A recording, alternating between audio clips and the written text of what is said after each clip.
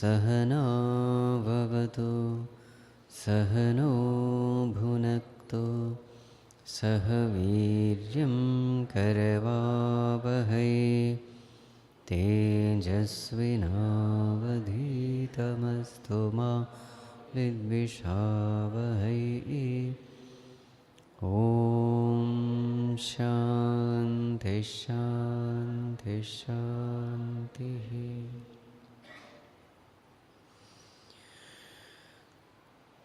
ॐ नमो नमः। ॐ नमः।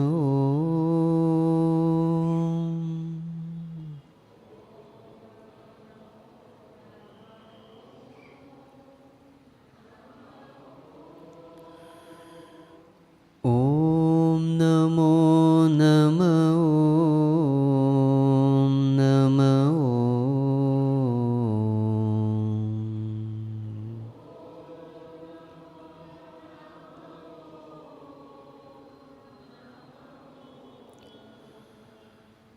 ॐ नमो नमः। ॐ नमः।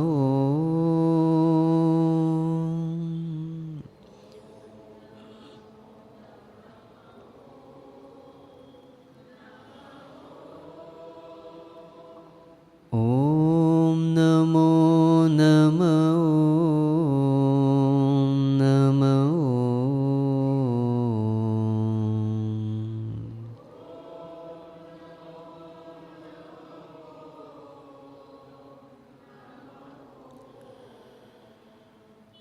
अच्युताय नमः।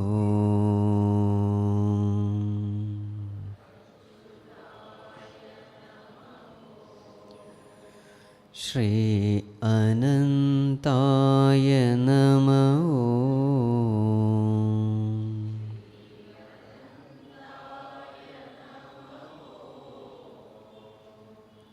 अच्युताय नमः।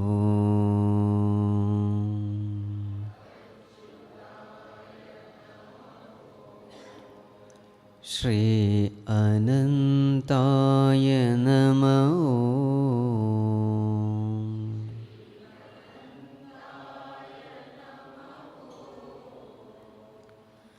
सुन्दराय नमः।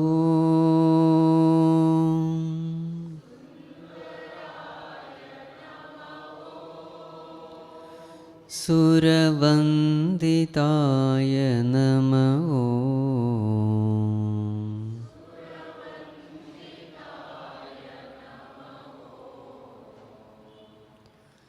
सुन्दराय नमः।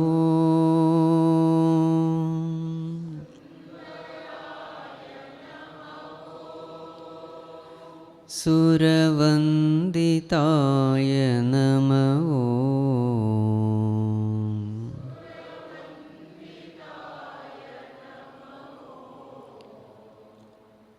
माधवाय नमः।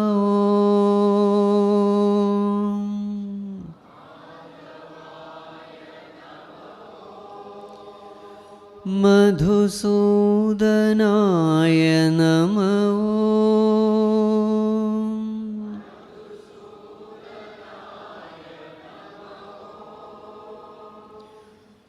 माधवाय नमः।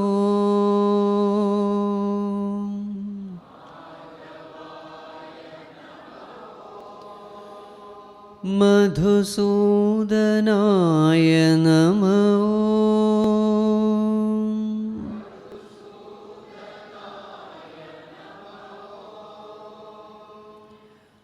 कारणाय नमः।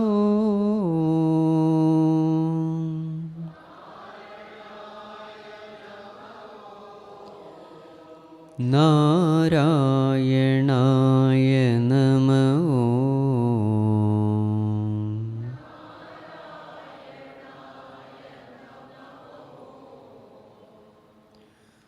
कारणाय नमः।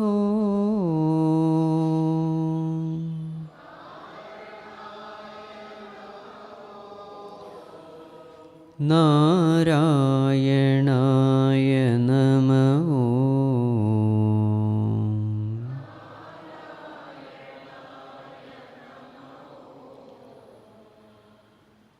ॐ नमो नमो नमो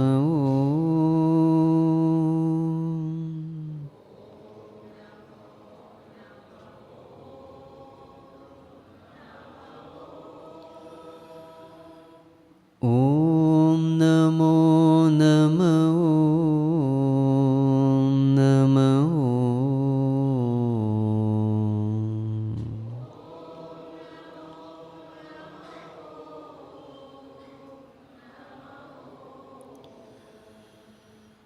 ॐ नमो नमो नमो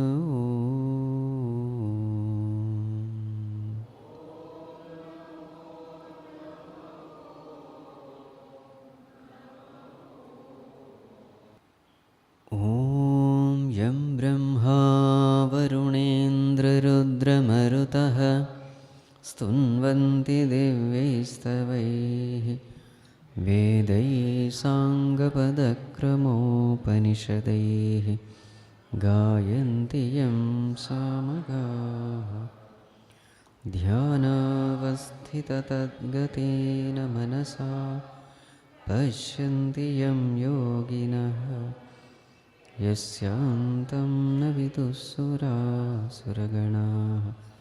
देवाय तस्मै नमः देवाय तस्मै. Let us chant from verse number 13.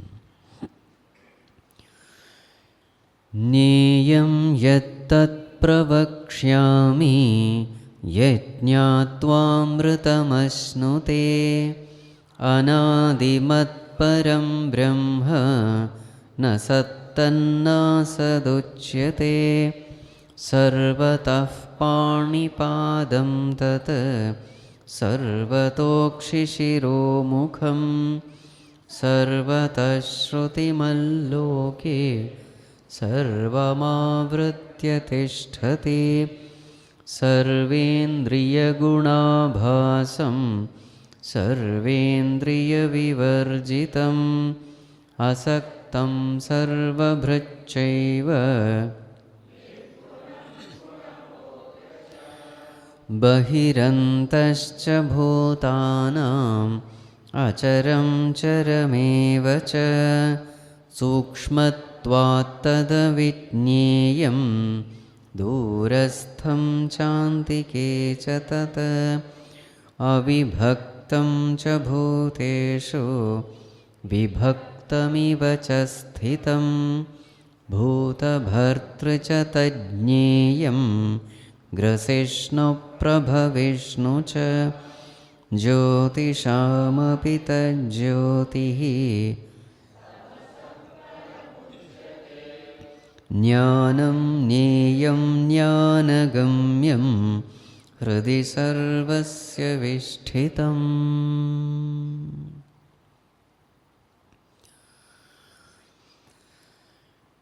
After having described the nature of kshetra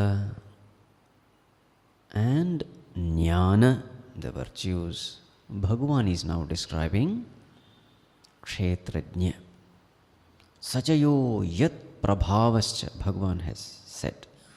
I will tell you the glory of kshetrajna. So under the topic of Jnaya Vastu, Bhagavan is describing the nature of kshetrajna. So what are the nature? Number one, it is Amritam. Number two, it is Anadimat, beginningless. And number three, it is Sarvavyapi. Sarvamavritya tishtati. So therefore it is Sarvavyapi, all pervading. Then it is Sarvabhrit, all supporting. Then Jyotishamapi tajyotihi. So we can say it is Chit Swarupa, Jnana Swarupa. Tamasah Paramuchyate. So this is what we were discussing yesterday. So what is the nature of this consciousness? This consciousness is of the nature of knowledge. Chit means that ability to know, knowing, being aware, being conscious. So when these terms come, you must feel it within yourself. When we say Brahman is Chit Swarupa, so that knowing principle in me, that awareness principle in me, paying attention to that awareness. Jnanam, Jneyam, Jnanagamyam, everything is that knowing, awareness. So what kind of knowing is this knowing of Brahman? This knowing is absolute knowing. It knows everything. This knowing is independent knowing. It doesn't depend on any indriya or manas or buddhi to know. Knowing is its nature. So therefore, it is effortless knowing. So therefore, though it is anadimat, from the beginningless time it is knowing only. But is there any tiredness while knowing? No. Why? Because it is its nature. Anything which is nature is effortless. Anything which is effortless is free from exertion, so therefore there is no tiredness in knowing. All the other equipments in us, like mind, it only borrows this knowing principle from Chit. It borrows. So mind's knowing is not effortless knowing, it is effortful knowing. Whenever through the mind we try to know something, it is effortful. That ability of the mind to know, that ability, it's not its own ability, it is a borrowed ability. Mind borrows the ability to know from consciousness. Just like water borrows the heat from fire. The metal borrows heat and light from fire. In the same way, mind borrows the ability to know from Brahman, from consciousness. So therefore, it is not effortless knowing, it is effortful knowing.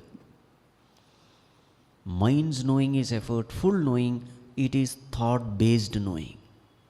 It is not pure knowing. It needs thoughts to know. So all the knowledge stored in the mind is in the form of thoughts. Right? Mind cannot know without thoughts. Through the thought medium, it knows. And since it is effortful knowing, you will always find after some time you get tired. When you are knowing through the mind, very many people, they sleep off, doze off while the class is going on. Why? The mind is knowing, so the mind gets tired and you sleep off. So this is the proof that mental knowing is effortful knowing. Right? So the mind, the sense organs, they all know because there is this knowing principle called consciousness. They all have only a borrowed knowing ability. They don't have any independent ability. So that is why Jyotisham, Jyotihi, that light of knowledge, which is giving light to everything else. So therefore it is the light of all lights. The knower, the ultimate knowing principle.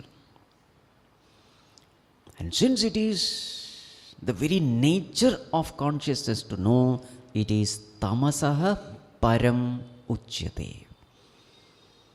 It is beyond tamas, ignorance. Tamas, one meaning is darkness, the other meaning is ignorance.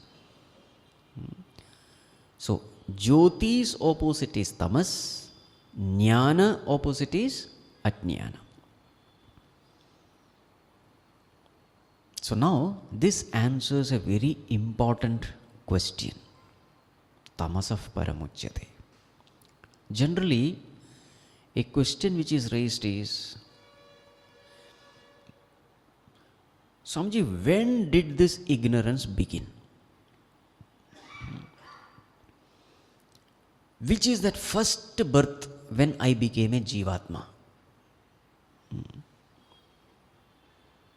Was there some time in the past where I was Paramatma? And then just for my own Leela, I became a Jivatma? This is a question which normally people have. Somewhere in the past, I thought I must have some fun. So therefore, I entered into samsara, became a Jivatma, and then I started going through all the bhogas. Now, this answers the question clearly. What is the answer? There was never a time in the past where we had knowledge. Why? Because tamasaha param uchyate. Knowledge and ignorance cannot go together. So, the very fact that today we are Jivatma, it only proves that in our infinite past we were Jivatmas alone. There was never a time when we were Paramatma. What is the problem if we assume that once upon a time we were Paramatma and then we became Jivatma? What is the problem? Paramatma means Jnana Swarupa, Jivatma means Ajnana Swarupa. So, if Jivatma is born at a particular period of time, what does it mean?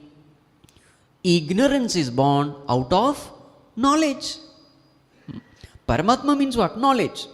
So, if Jivatma has come out of Paramatma at a particular point of time, what does it mean? Ignorance has come from knowledge. Is it possible? It is impossible. So, there is a logical fallacy. Ignorance can never come out of knowledge. Just as light can never come out of darkness. So, tamasah param uchyate. Tamas and jyoti can never be together. One cannot come from the other. Not possible. So, therefore, what is the conclusion? The conclusion is, from anadikala, we have been Jivatmas alone. We have been in ignorance alone. So, give up this fanciful imagination that once upon a time I was Paramatma, now just for a fun sake I have become Jivatma. Right? To become a Jivatma, it's not fun, it's misery. Which Paramatma will become Jivatma and go through all the miseries of this life? If you see this world, if you see the newspaper, the kind of sufferings which people undergo, can't even imagine. You think just for fun Paramatma will come down to have all this? Never. Impossible. The second question which people ask is, Swamiji, you said it is the very same Paramatma who became Jivatma. So, do you mean to say that when the Jivatma is suffering, Paramatma is also suffering because both are one and the same? The answer is no. Paramatma is not suffering at all. Why? What is suffering? It is the mind which is suffering. Dukkha is for the mind. Who is identified with the mind? Jivatma or Paramatma? Jivatma. Whoever is identified with the suffering mind will suffer. That is a law. Paramatma is not identified with the BMI, so therefore there is no suffering for Paramatma at all. He remains Ananda Swarupa only. All the suffering is for the Jivatma who is identified with the BMI. This clarity also has to be there. There is no suffering in Paramatma at all, because there is no identification. Simple. So even while Jivatma is suffering, very same place Paramatma is there, just as a Sakshi, remaining in Ananda Swarupa. This has to be understood. Right, now moving forward. So this Brahman, this consciousness is Jnanam, Jneyam, Jnanagamyam, Hridi Sarvasya Vishthitam. So this Brahman, this consciousness, where is he? Where is this Param Brahma? Hridi Sarvasya Vishthitam. He is seated in the hearts of all. Now in spirituality, whenever we use the term Hridayam, the heart, we have to be careful. It is not just this pumping heart. So many times you say, oh, Bhagavan is inside the heart. So if I cut open the heart, maybe Bhagavan I can find him. Because everywhere it is said, he is in the heart, seated in the heart. You cut open, nothing will be there. Okay. So whenever in scriptures we say Hridayam, you have to understand, heart means what? Heart means that core, that center in me from which I emerge. That is called as heart. That core of existence in me, that center of being in me, that is called as heart. And generally you will find that existence, roughly we feel that it is emerging from this physical heart only. That's why the name heart is given. Where is that point in your body where you feel the presence of I? That is called as heart. Aham. Where is it coming from? We all feel that it is from here, isn't it? Actually, heart means that thing without which we have no existence. That is called as heart. So what is the heart of gold ornaments? So we say it is gold, without which gold ornaments have no existence. In the same way, what is my heart? Means what? That thing in me without which I have no existence, without which the body will dissolve into the 5 elements. What is that? So we say it is consciousness. So Hridi Sarvasya Vishthitam, it is seated in the heart, means what? It is that place from which I emerge. That Aham is seated there. That Aham is actually speaking Paramatma. It is Brahman. That pure consciousness which is there in my heart, the place of my origin, that point, it is nothing but Bhagavan alone. So yesterday we were seeing, when I don't have knowledge about myself, in that heart, what do I find? I find the ego, dukkha swarupa ahankara. In that heart, if I don't have self-knowledge, in that heart I will find ahankara sitting. But when I gain knowledge, in that heart, what do I find? I will find Paramatma sitting. So therefore, to reach Paramatma, what should I do? Paramatma is already there in my heart. It is the ignorance which is preventing me from knowing Him, who is already there in my heart. So therefore, reaching Paramatma is possible only through knowledge.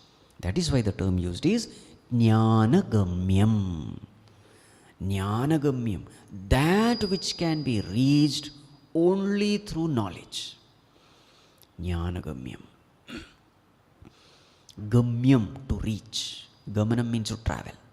Gamyam, that which can be reached through traveling. So here there is no external traveling involved. Here the traveling is from ignorance to knowledge.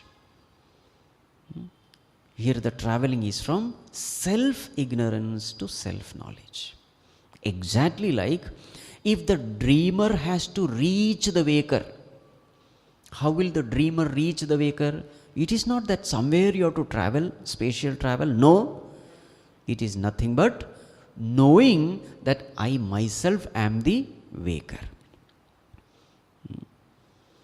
The identity of the self is changed, that's all. Knowledge about myself is changed. Earlier I know myself as dreamer, now I know myself as waker. What has changed? Knowledge about oneself has changed, that's all. Earlier I thought I am a dreamer, now I know I am a waker. So the definition of I has changed. Knowledge about I has changed. The same thing happens here also. In spirituality, what happens? Knowledge about I changes. Earlier my knowledge about me was, I am the BMI, I am the Jivatma. After self-realization, the knowledge about me will be, I am Paramatma, I am Satchit Ananda, I am Brahman. So this is called as traveling. Traveling in knowledge. From ignorance to knowledge, traveling. Jnana Gamyam.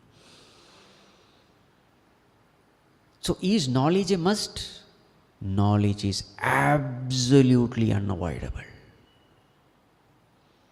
No, Swamiji, bhakti is enough. See what Bhagavan says, next verse.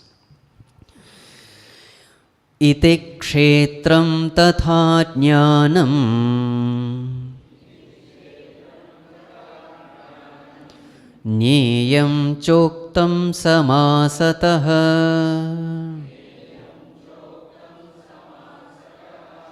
Madbhakta etat vitnyaya Madbhavayopapadyate Iti kshetram tatha jnanam Nyeyam choktam samasataha Madbhakta etat vitnyaya Madbhavayopapadyate. Yes. Iti cha uktam. I have said. Bhagavan says, I have said. What? Kshetram, Jnanam, Neyam. All these things I have described. What about Kshetrajna? It is there in Neyam. Neya is nothing but Kshetrajna alone. Now what does Bhagavan say here? See this. Mad bhaktaha, my devotee, etad vitnyaya, knowing this, madbhavaya upapadyate. He becomes one with me. He attains to my nature. So who attains to his nature? Madbhaktaha, no doubt about it. So devotion is a must or not? Absolutely a must. Devotion is necessary. Madbhakta alone reaches me. But what does Bhagavan say here? Etad vitnyaya. After knowing this. My devotees will not directly reach me. My devotees will reach me after knowing this. Means what? What is the direct means of reaching God? It is only knowledge. You have no choice. You have to know God as your own self. There is no choice given. Etat vitnyaya. So, what we have to understand, bhakti gives the qualification. Bhakti makes the mind pure. In such a pure mind, this knowledge takes place. And what is the knowledge? Knowledge is Bhagavan is not different from me. He is my own self. He is residing in my heart means what? It's not that somebody is sitting in the heart. No. Heart is me. There Bhagavan is sitting means what? Bhagavan is me, I am Bhagavan. There is no difference. Bhagavan himself says, Mad Bhavaya Upapadyate. Mad Bhavaya means he becomes Mad Bhava. Mad Bhava means my nature. So I am Satchidananda Swarupa. Jivatma also realizes that he is Satchidananda Swarupa. There is absolute oneness. Bhagavan Ramana Maharshi says, Isha Darshanam Swa Atma Rupatah. What is Isha Darshanam? Vision of God. It is nothing but Atma Darshanam. Atma Darshanam itself is Isha Darshanam. Knowing the self itself is knowing God. Both are one and the same. Because their nature is one and the same. Knowing the wave itself is knowing the ocean. If you know the wave, you know it is water. The very same water is present in the ocean also. So is knowledge avoidable? There are so many people say, I don't want all this knowledge and all that. Oh, I am interested only in bhakti. Good. Good. But if liberation, mukti is needed, you have no choice. You have no choice. You have to know the thing as it is. You have no choice. You have no choice in knowing fire. You can't say, I will know fire as cold. You have no choice. You have to know the thing as it is. Fire is heat. Heat and light is fire. You will have to know that as it is only. Though that only can be called knowledge. In the same way, how should I know Atma? You will have to know Atma as Param Atma, not Jiva Atma. You have no choice. If there is absence of knowledge, then there will be bondage also. If there is absence of knowledge, then there will be birth and death also. So necessary condition for liberation is knowledge. That's why Bhagavan says, Tesham satatayuktanam bhajatam pritipurvakam dadami buddhiyogam tam enamam upayantite. Those people who worship me sincerely, full of dedication, they may be worshipping some Ishtadevata, etc. No problem. But what does Bhagavan say? Dadami buddhiyogam tam. So to my devotees, I give buddhi yoga. What is buddhi yoga? Jnana yoga. And how will Bhagavan give it? He will bring some guru. He will bring this Vedanta Shravanam Mananam Nididhyasanam into his life. This is unavoidable. So then when you listen to this Vedanta, then you have a clear understanding, and with this understanding you are liberated. So this is the grace of God that a guru comes into your life and then you get an opportunity to listen to all this. This is how he blesses you. Because that's the only way for liberation. There is no other way. People have strange notions that, you go to Kailasa or Vaikuntha, etc., and then their liberation happens. Lot of logical problems are there. If you assume that there is some world where you go and you are liberated, lot of problems are there. There are so many levels in that world also. Untouchability is there in that world also. First is Salokya. Entry into that world. That's the first stage. Then Samipya. If you have more punya, then you are nearer to God. Samipya. But if you have gained more punya, then it is Sarupya. You get that similar form. And the ultimate punya is Sayujya. You become one with him. Right? Now the fellow who is there, he will be jealous of the other fellow who is in a better position. Yes or no? As long as Jiva Bhava continues, know for sure misery continues. Because Jiva Bhava is limitation. Limitation is dukkham.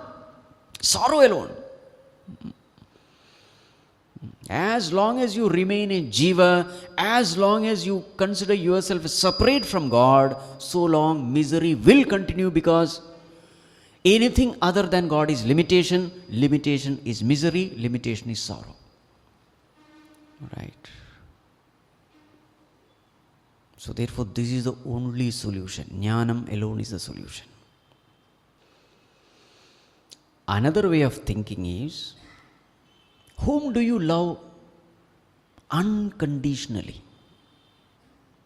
We love ourselves unconditionally. If there is one entity whom we love infinitely, without any limit, without any condition, it is ourselves. Upanishad says this. Atmanastu kamaya sarvam priyam bhavati. Everything in this world is dear to me because I love myself the most. Self-love is the greatest love. I love myself the most. I love my child because the child is giving happiness to me. I am important, not the child. I love everything in this world, everyone in this world, because they are the source of happiness to me. So I am the most important. Anyone who gives happiness to me, I will love that person. So who is important? I alone am important. So now, since I am the most important for me, if I have to love God as much as I love myself, what should that God become? He has to become me. Getting the logic?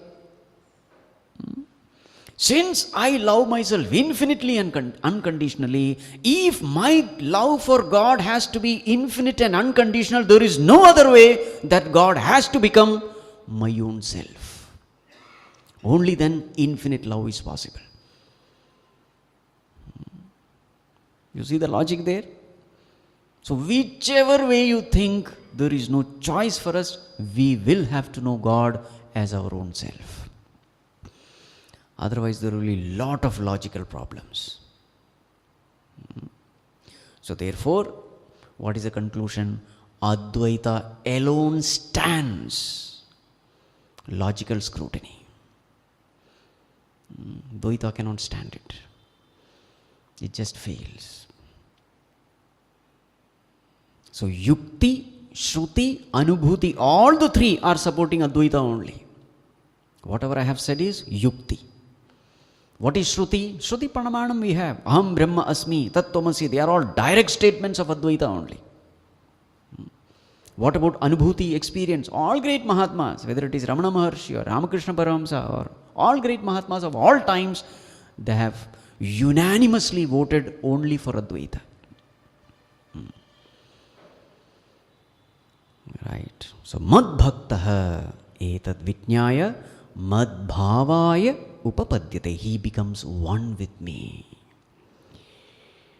Now Bhagavan takes up the topic of Prakriti and Purusha. Interestingly, you will find, as the discussion proceeds, you will find that this Prakriti and Purusha is none other than Prakriti is Kshetra, Purusha is Kshetrajna. It's just another term. Anyway, let us chant verse number 20. Prakritim Purusham Chaiva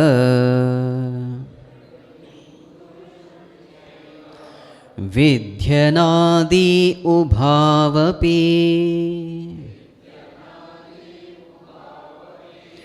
Vikaranscha Gunanschaiva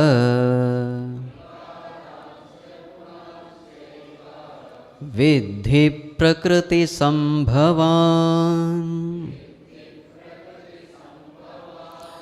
Prakritim Purusham Chaiva Vidhyanadi Ubhavapi Vikaranscha Gunanschaiva Vidhi Prakriti Sambhavan. Yes. This Prakriti and Purusha, Prakritimcha, Purusham, Ubhau, both of them, Anadi iti vidhi. Know that they are Anadi. Anadi means what? Beginningless. Both of them are beginningless.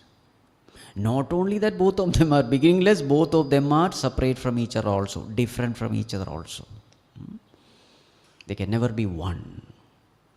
If there is oneness, it is only because of identification. Identification is due to Maya, remember. Otherwise, both of them can never become one. The two entities are there. Both of them are absolutely different from each other, and both of them have been, from the beginningless times, they have been existing. Bhagavan, what is this Prakriti? Will you please explain? Yes. Vikaran Gunan Prakriti Sambhavan Eva Vidhi. Whatever vikaras, modifications you see, whatever gunas you see, all of them are nothing but Prakriti Sambhavan, born out of Prakriti only. All the gunas, all the vikaras. So what are the gunas? Avyaktam, Mahattattvam, Ahankara, then Jnanendriyas, Karmendriyas, Antakarana, Sthula, Panchamahabhutas, right? Yes, after Ahankara, Sukshma Panchamahabhutas, Jnanendriyas, Karmendriyas, Antakarana, and finally Sukshma. They are called as gunas here. And what are the vikaras? Ichha, Dveshaha, Sukham, Dukkham, Sanghataha, Chetana, Dhrutihi. They are all vikaras, modification. I hope you know stages of evolution and stages of modification. What he said here? Prakriti Sambhavan Vidhi. Earlier what was said? Earlier it is said these are all kshetram only. So what does it mean? This Prakriti and kshetra, they are one and the same. Etat kshetram samasena, Bhagavan has said earlier. The very same thing is said as Prakriti Sambhavan. Right? Thank God. Now we don't have to know something else. It is the same thing. So if you understand one thing, you have understood the other thing also. Bhagavan, will you please tell me the role of Purusha and Prakriti? In creation, what are their roles? Where do we find them? How are they different? What are the different roles they play in the world? Of course, I will tell you. So, verse number 21 and 22. Karya-karana-kartrutve hetuh prakritiruchyate Purushas sukha dukkhanam bhoktrutve heturuchyate Purushah prakristho hi bhungte prakritijan gunan karanam gunasangosya sadasat yoni janmaso karya-karana-kartrutve hetuh prakritiruchyate purushas sukha-dukkhanam bhoktrutve heturuchyate purushah prakristho hi bhungte prakritijan gunan karanam gunasangosya sadasat yoni janmaso. Karya-karana-kartrutve, in the creation of karya and karana. Here karya means effect, but here it means body. Because body is the final effect of everything.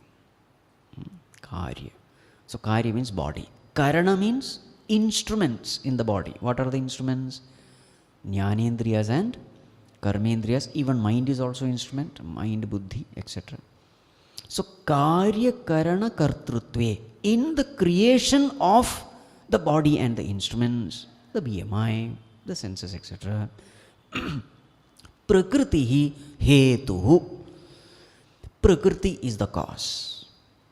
In creating the body and the instruments, Prakriti is the cause. Purushaha sukha dukkhanam bhoktrutve hetuhu uchyate. In creating this Purusha, who is the bhokta and sukha, bhokta of sukha and dukkha, in creating the experiencer, Purusha is the cause.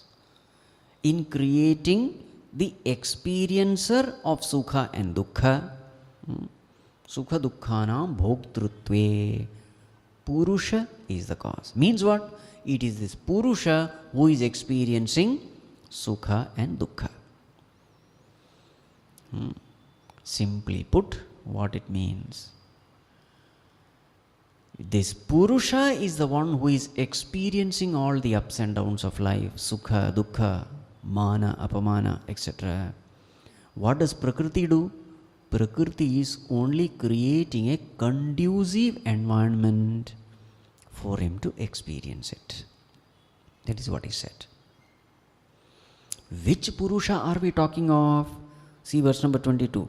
Purushaha Prakristhaha Bhungte Prakritijan Gunan. So who is the one who is experiencing this sukha, dukkha, etc.? They are called as Prakritijan Gunan, the gunas of Prakriti. Shabda, Sparsha, Rupa, Rasa, Gandha, Sukha, Dukkha, Mana, Apamana, Ninda, Stuti, all these are called as Prakriti Gunas, the products of Prakriti. Bhungte, the one who experiences. Who is the one? It is not mere Purusha, it is Prakristhaha Purusha. Prakristhaha Purusha means what? That Purusha who is seated in Prakriti. You are all chairasthaha Purusha. Seated in chair. In the same way, this Purusha is seated where? Seated in Prakriti. What is that Prakriti? Body, mind, intellect is the Prakriti. So Purusha seated in Prakriti means Purusha identified with BMI. There are all different ways of expression. Consciousness seated in BMI. Consciousness seated in matter is Jivatma. Different ways of expression. Seated means what? Identified. Prakristhaha. So that Paramatma identified with the BMI is this Jivatma. So this Jivatma is called as Purushaha here. Prakristhaha Purusha. He is the Bhokta, experiencer. A very common question asked by people who are suffering in life. A common question asked is, why did God create this world full of misery? He is creating it for His Leela and we are suffering. It's a very common question. It is said God created this world out for His Leela, it seems, for His sports, and who is suffering? He is enjoying and we are suffering. So what is the answer Bhagavan gives here? Sat asat yoni janmasu karanam kim? What is that reason because of which we are born in sat asat yoni? Here Sat Asat means what? Not existence, non-existence. Here the Sat Asat meaning will change. What is Sat Asat? Sat means good, Asat means bad. Depending upon the context, Sat and Asat will have different meanings. Sat Asat Yoni Janmasu. What is the reason because of which beings are born in good environment and bad environment? Sat Yoni means very conducive environment, very cultured family, noble family, rich family, prosperous family, where everything is taken care. That is called as Sat Yoni. What is Asat Yoni? A miserable environment. What miserable environment? Not even born as a human being. Born as a worm, as an insect, as a mosquito. They are all Purusha only. Prakristha Purusha. Even a mosquito is none other than Paramatma in that mosquito body. Remember this. So that is called as Asat Yoni. Painful yonis, where there is only suffering and misery. So what is the Karanam? Is it that God out of his own, fancy, he's just sending someone to Satyoni, someone to Asatyoni? No, no, no. We alone are responsible for whatever is happening to us. What is Bhagavan saying? Asya gunasangaha karanam. Gunasanga is the cause. What is gunasanga? Sangha means attachment. Attachment with the gunas of Prakriti is the cause for our birth. Very clear. Shall we get into a little more detail? What does this mean, attachment to gunas? See, it is something like this. As Prakristha Purusha, we are all there in the BMI. We have this Karya Karana. Instruments are there, sense organs are there, Jnanendriyas are there, Karmendriyas are there. What are we doing in the world? With this Jnanendriyas and Karmendriyas, remember we are talking of Purushas, what is that? Prakristha Purusha. Means what? Ignorant ones. Means what?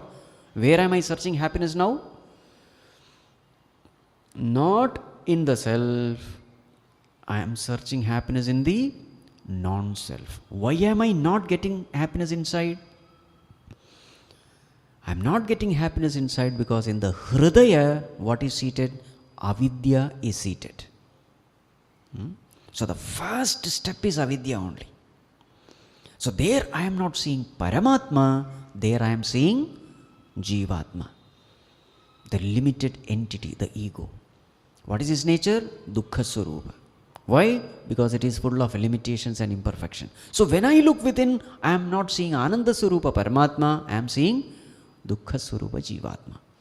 This is my definition about me. Looking inside means what? This is my definition. I am this limited being, limited in BMI. So naturally I will look outside. For what? For two things. What are the two things? For happiness, for security. These are the two things.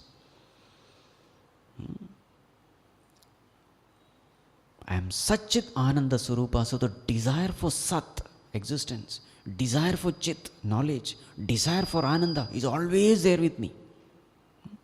I am seeking that in the outer world. I am seeking answers for my questions.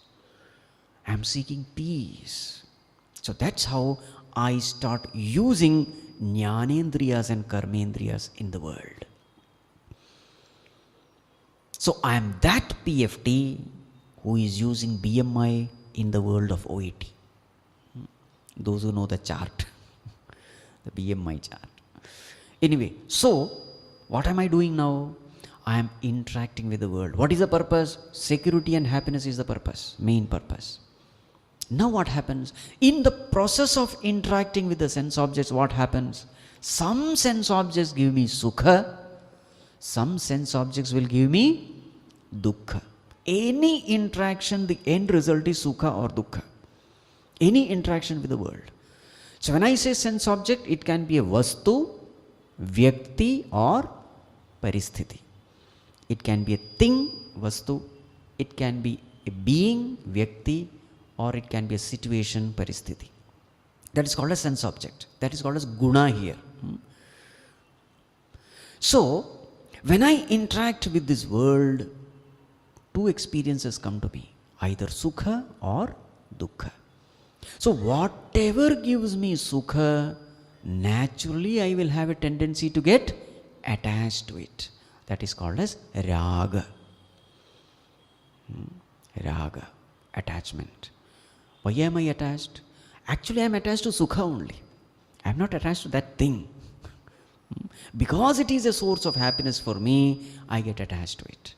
And anything which is giving me dukkha, I will start having dvesha. I will try to keep that thing away from me, away from my life. So now what has happened? Guna Sangha has happened. What is Guna Sangha? Getting attached to the gunas of Prakriti. So there is a particular person who is giving me happiness. I want that person always to be in my life. There is a particular field which is giving me happiness. Some people are interested in music, some are interested in sports, some are in politics. Now see, they are all guna sangha only. When I am in that field, I feel tremendous joy. They are all vasanas of different kinds. You will always find that subject which you are very much interested, when you are in that field, you are very happy. The moment when you are out of the field, you are miserable. Have you observed this? A sports person, he loves discussing that particular sports, but the moment he is taken out of that field, he becomes miserable. People who are, great physics professors, etc., especially 80 years, 90 years, when somebody asks some physics question, they are very happy. But the moment there is no physics to discuss, when they come to the harsh realities of life, when their attention is upon their miserable body, they become very miserable. It is a fact that Michael Jackson, in one of his interviews, he was telling, I am happy only when I am on the stage. Otherwise I am miserable. As long as I am in the field of my interest, I am happy. Otherwise I am miserable. This is called as guna sangha. We become attached to certain things in life. So naturally we start desiring it. So what is the law of this universe? Whatever you desire, next birth will be, you will go to that world. This is the law. So if a person is desiring music, where will he go in the next birth? He will go to a music world. He'll be born with proper ears because hearing is necessary. If he's a singer, he will be born with a good vocal cord. Isn't it? So whatever you desire, this Prakriti is designed. Purushaha sukha dukkhanam bhoktrutve hetuhu. Prakriti is there to fulfill your desire. To fulfill the desire of Purusha, Prakriti is there. What is the job of Purusha? Purusha is there to enjoy. Prakriti is to create a conducive environment for the Purusha to enjoy. So therefore, at the time of death, when you die with a particular desire, where will that Purusha go in the next birth? The next birth will be decided by that vasana, that guna sangha. That's the term, guna sangha. A question which may naturally come is, Swamiji, see, I understand desiring something good. There are so many jivatmas who are born in absolutely unconducive suffering environment. You mean to say that they were asking suffering? Who will desire suffering? Why is it that beings are born in unconducive environment? Everybody wants happiness. So they will only ask for happiness. They will desire only that thing which will give them happiness. So we understand Jivatma born in a very conducive environment because he asked for it. Why should a Jivatma be born in an unconducive environment? Because nobody will seek suffering. This is one question generally asked. So the answer to it, you just observe carefully. Very many times we are asking for unconducive environments without our knowledge. Remember, anything that you entertain, is that what you are asking from cosmos? Any thought you entertain, what is the signal given to the cosmos? I want it. Is a law. Any thought which you are entertaining in the mind, consciously or unconsciously, that the signal you are giving to the cosmos is, I want that. So if you are entertaining thoughts of anger, of revenge, of violence, if you are entertaining these thoughts, what is the signal you are sending to cosmos? Prakriti. I want this. So if you are entertaining thoughts of anger, violence, etc., what kind of world will be formed around you? The world full of anger, the world full of violence, the world full of revenge. So unknowingly we are asking from the cosmos all this unconducive environment. We are not aware of it. That's why we are making these mistakes. So such a person will always find himself surrounded by violence, misery. People who are after him to kill him. Why? Because he has been entertaining that. If you are entertaining thoughts of forgiveness, of love, you will find that people, good people are around you. Nice people are around you. But if you are constantly entertaining thoughts of revenge, anger, etc., you will find people who are, full of these kinds of attitude, they will be around you. So therefore, whatever is said is absolutely true. We are the creators of our destiny. We are the creators of our world. How are we creating it? By choosing our thoughts, our words, our actions. We are choosing our own world. Karanam gunasangah asya sat asat yoni janmaso. There are doctors who are chain smokers. What answer will you give? They are the ones who know that smoking is going to, it is injurious to health. Who can be a better person to know this? Drinks, drugs, smokes, they are absolutely bad. They know it, but still they are choosing it.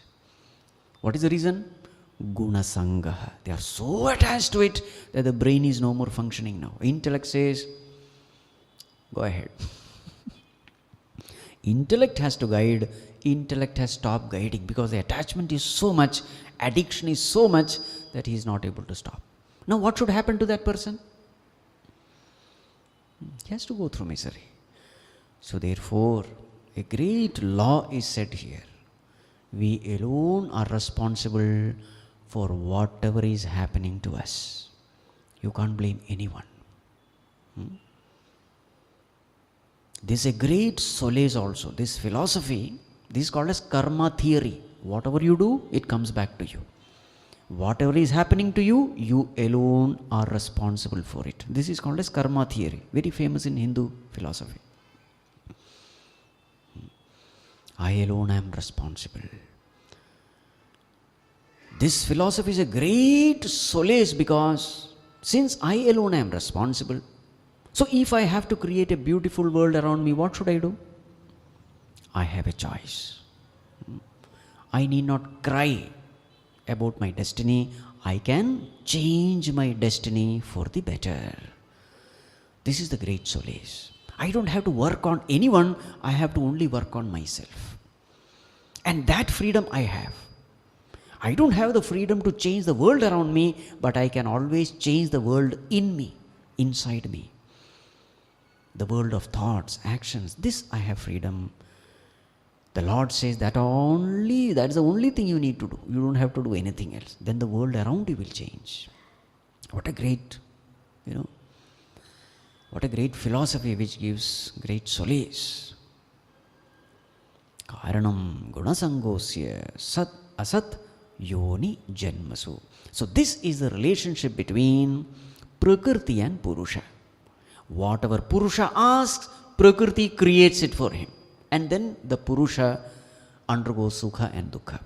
What is the relation between Jivatma and Paramatma? A beautiful verse, verse number 23. Upadrashtanumanta cha bharta bhokta maheshwarah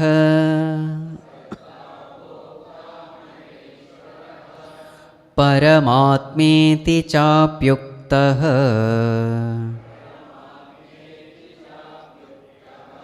dehesmin purushah parah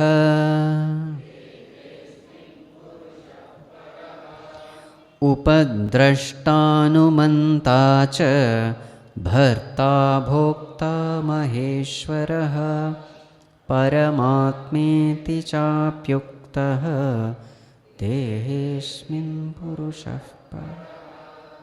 Asmin dehe, in this body,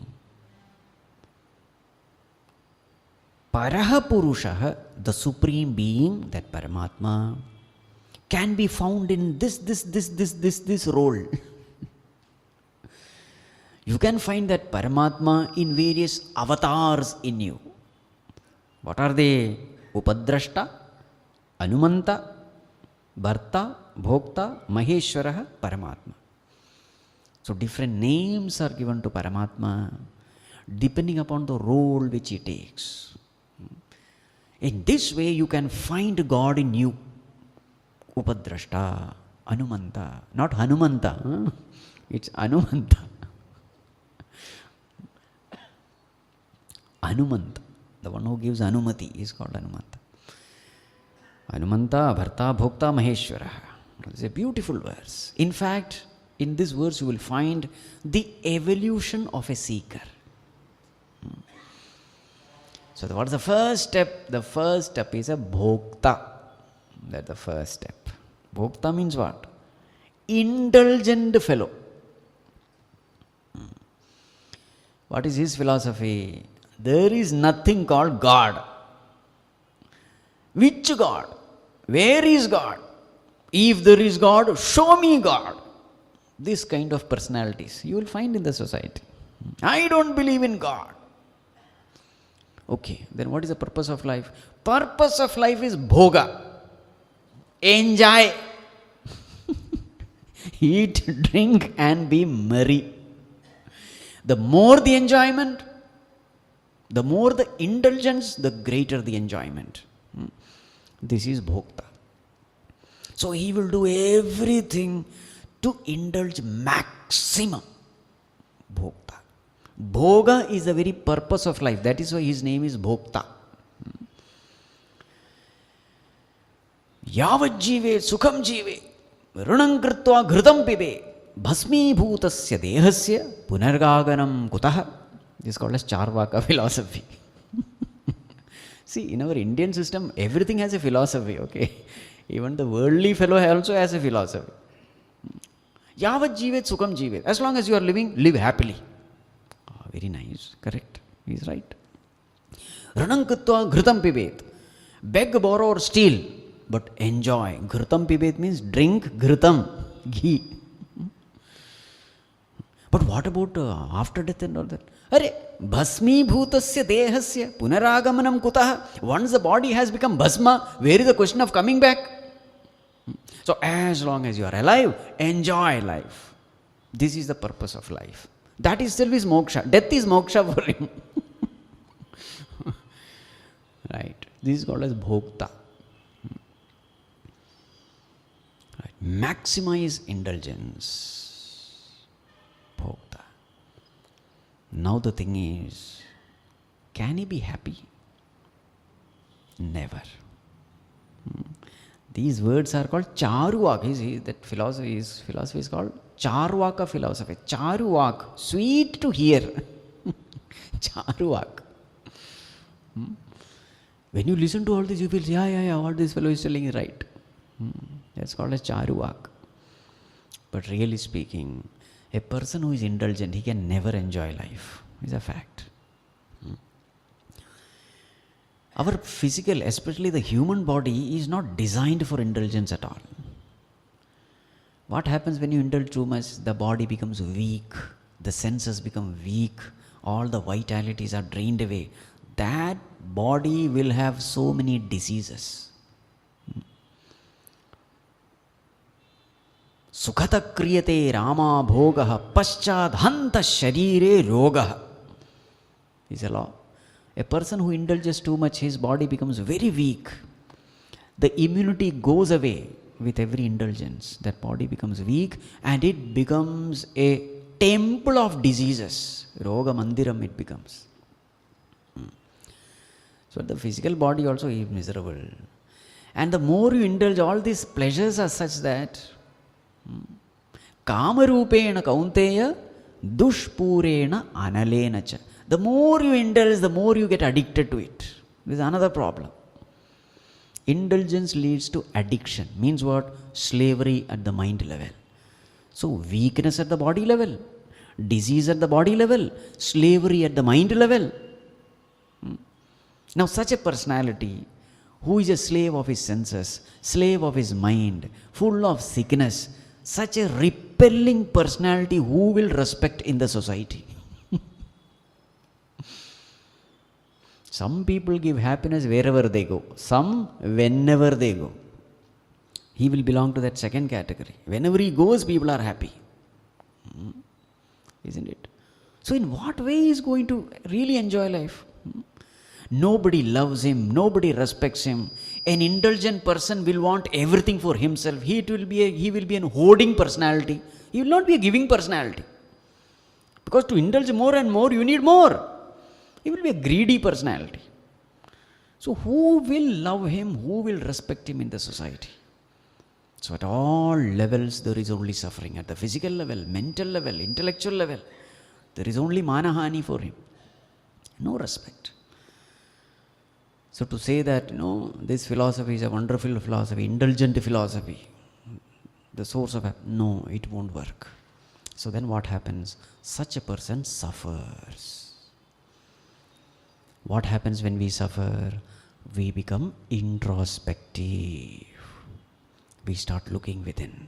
Suffering is such a wonderful thing. It makes you think about life. It makes you serious about life. Serious about the problems of life. It makes you think about the purpose of life. That is the beauty of suffering. It makes you sensitive. It makes you compassionate. It makes you God-fearing. All these benefits are there in suffering. That's why God gives suffering. Even though we are not asking for suffering, God gives suffering because it is good. Even the most arrogant gunda will become very humble after some suffering. Suffering makes our heart pure. It melts our heart. Just like you purify the metal through heat, in the same way human beings are purified through the heat of suffering. Tapa it is called in Sanskrit. Tapa. Heat and suffering has got the same term. Heat is also called tapa, suffering is also called tapa. So then what happens to such a person? He will have to turn to God. There is no other way. Somewhere he will come and attend satsang also. There is no other way. There is no other way. There he comes to know who God is. That there is something called God. So then he comes to know these terms. Upadrashta, Anumanta. Upadrashta means what? Drashta. He is the witness in you. Upa, staying very close. He is watching everything. You can't fool him. As a bhokta, he thought, I can fool the police, I can fool the court, the judge, everything, and I can live the way I want. Now, when he attends satsang, he comes to know, you can't. There is an upadrashta there. The one who is watching you, who knows everything about what you have done. He is very close to you. Upa means near, samipe. Upa samipe, sthitva. Pashyati, he sees everything he sees. He knows everything, whatever you have done. So what happens when you are aware of this truth? You become slowly, you start fearing him. Slowly he gains. Now he has listened this Anumanta term also. What is Anumanta? The one who allows you to do what is right. That is called as Anumanta. So God is that voice of conscience in us, who is guiding us every moment. Whenever something is right, he inspires us to do. Wherever something is wrong, he creates conscience prick, saying that don't do it. So that God is that voice of conscience which is guiding us constantly regarding what is right, what is wrong, what is moral, what is immoral, what you should not do, what you should do. That voice is constantly guiding. So now this person recognizes the presence of God as Sakshi in him, as that guide in him. So whenever there is something wrong, that voice guides. Don't do it. Mind get disturbed. Something right, there is a joy. Do it. It is right. So that voice of conscience is called Anumanta. the one who gives anumati, one who gives permission to do the right, to walk the righteous path. So this is the way we recognize God in us. Number one, as Sakshi in us. Number two, as the guide in us, the inner guide, the Antaryami.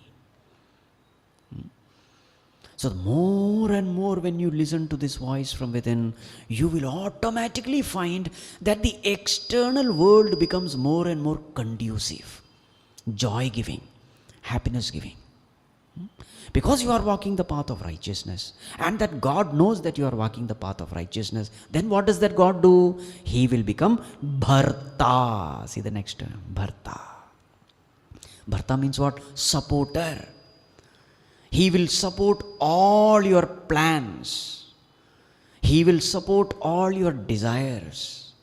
He will fulfill all your desires. Support. Bharta. Whatever you need, He gives you. Why He gives you? Because now you are a good child. You are listening to Him. You are following the path shown by Him. So the more and more we are tuned to God, the more and more we will find that God is friendly with us, loving us, supporting us. Bharta. So if I want knowledge, He gives knowledge. If I want money, He gives money. Bharta means what? Everything. If I need courage, He gives me courage. If I need resources, He will give me resources. If I need solace, He gives me solace. In different situations, I need different things. All the time I don't need the same thing. No. Different situations, I need different things. He gives everything. That's why He is called Bharta. Right. So now you have a very deep relationship with Him. You slowly understand His nature. And then what happens? You realize that He is not just Bharta, He is also Maheshwaraha. Maha Ishwaraha. Ish means to rule. So just like that God is ruling me, by inference, I realize that God is ruling everyone. He is Maha Ishwaraha. He is not only ruling me, He is ruling every being in this world. This is called as inferential knowledge. In my life I have seen, so definitely in others' life also, it must be true. So then you realize that Lord is not only my Lord, He is the Lord of everyone, everything. He is the one who is making the sun rise and set. He is the one who is making all the seasons change. So He is the Lord, Maheshwara. Right? So then what happens? Bhakti comes. He becomes a Bhakta. So Bhokta becomes Bhakta. See the transformation? And then what happens? When Bhakti arises, mind becomes pure. When the mind becomes pure, he becomes fit for the highest knowledge. And then he becomes like that pure iron piece. Fit to get attracted to the magnet and become one with the magnet. So then what happens? That Bhakti gives him Jnana Yogyata, qualification for knowledge. And then that Jnana Yogyata, Bhagavan himself provides him some guru, from where he does Vedanta Shravana Manana Nididhyasanam. And with this knowledge, he comes to realize what? That Bhagavan is none other than Paramatma, my own self, the Supreme Self. So see the journey. He is no more just Maheshwara, some Lord. No, he is Paramatma, he is my own self. He is the Atma in me. There the journey ends. So starting from Bhokta, then he realizes God is Upadrashta, remaining near me, watching me. Anumanta, guiding me. Then Bharta, supporting me. Maheshwaraha, the Lord of the universe. And finally, you come to know that Maheshwara, that Lord of the universe, is right there as my own self.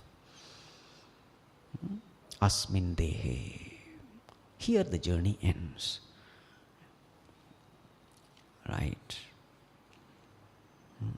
Then what happens to this person? Next verse. य एवं वेत्ति पुरुषं प्रकृतिं च गुणैः सह सर्वथा वर्तमानोऽपि न स भूयोऽभिजायते। य एवं वेत्ति पुरुषं प्रकृतिं च गुणैः सह सर्वथा वर्तमानोऽपि न स भूयोऽभिजायते. Such a person who has understood this Purusha and Prakriti, ya evam veti, na sa bhuyobhijayate. Such a person, sarvatha vartamanopi, whatever may be his profession will not change. He will be in the world as like any other person, continuing with the same profession. Whatever his lifestyle may be, it doesn't matter, but one thing is guaranteed. What? Nasa bhuyah abhijayate. He is not born again. So such a person who has known God as the self in him, who has known his own self, such a person is not born. Such a person becomes free from birth, death cycle. Om sarve bhavantu sukhinah, sarve santu niramayah, sarve bhadrani pashyantu, ma kaschid dukkha bhag bhavet. Asato ma sadgamaya, tamaso ma jyotirgamaya, mrityorma amritam gamaya. Om Shanti Shanti Shanti. Harihi Om Shri Gurubhyo Namaha. Harihi Om.